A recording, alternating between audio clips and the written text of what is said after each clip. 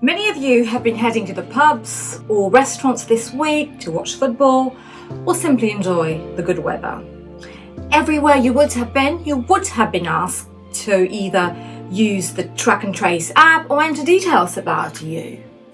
Data gathering, but also data sharing. This could put migrants, undocumented migrants, and the population at large at risk. The discredited hostile environment of Theresa May initially started against migrants, but this will soon be affecting everyone.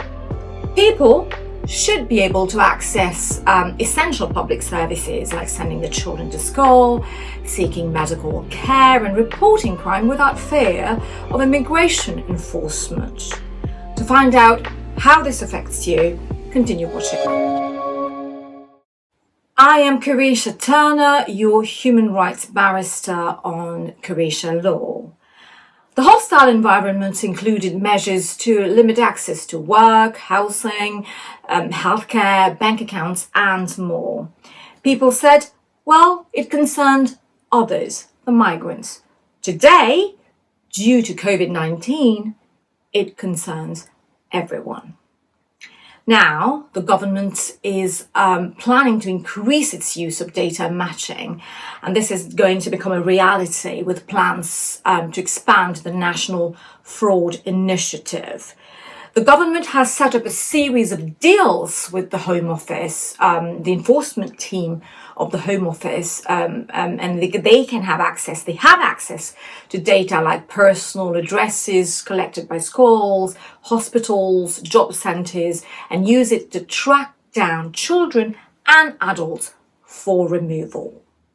The police are also routinely referring victims of crime and witnesses to the Home Office.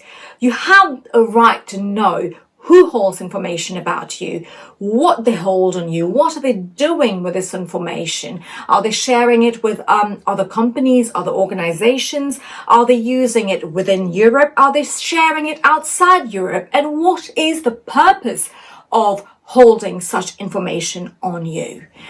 Data matching, as described by the Information Commissioner's Office, involves combining and comparing or matching data obtained from multiple sources. And this involves migrants and non-migrants. For migrants, it means easier enforcement, use of your data against you in your immigration application or case, and that was the case with the highly skilled migrants that was in BBC not so long ago, who came to the United Kingdom under that particular route.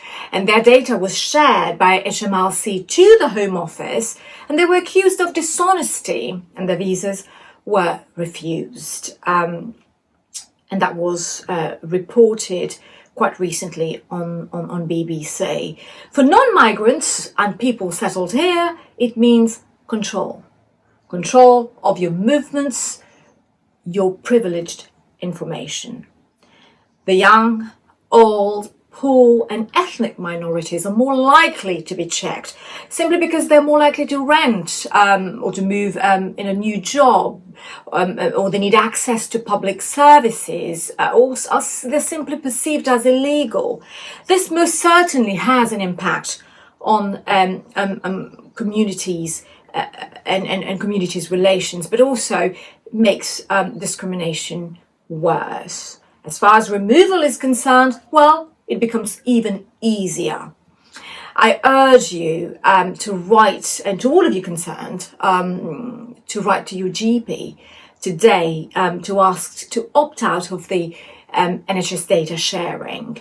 I will also write, if you want, you can write to your MP about it. And if you want to know what information any organisation holds on you, including the Home Office, I can help you with that. Contact me. Just remember, human rights are basic rights and freedom that belong to every person in the world from birth to death. They apply regardless of where you're from, what you believe in, or how you choose to live your life. Just because you are undocumented, a migrant, have a different accent, or look differently does not mean you do not have human rights. You need to remember this. And finally, I have an announcement to make. I will be taking live questions on immigration and human rights next week on the 24th of June from 7:30 to 8 o'clock in the evening. Next Thursday, 24th of June, from 7:30 to 8 o'clock, I will be there to take your questions. All you'll have to do is log in and type your questions during the session, and I will aim to assist and or help you with your questions. Join me and ask your friends to join me live next week. Thank you so much for watching Kareesha Law.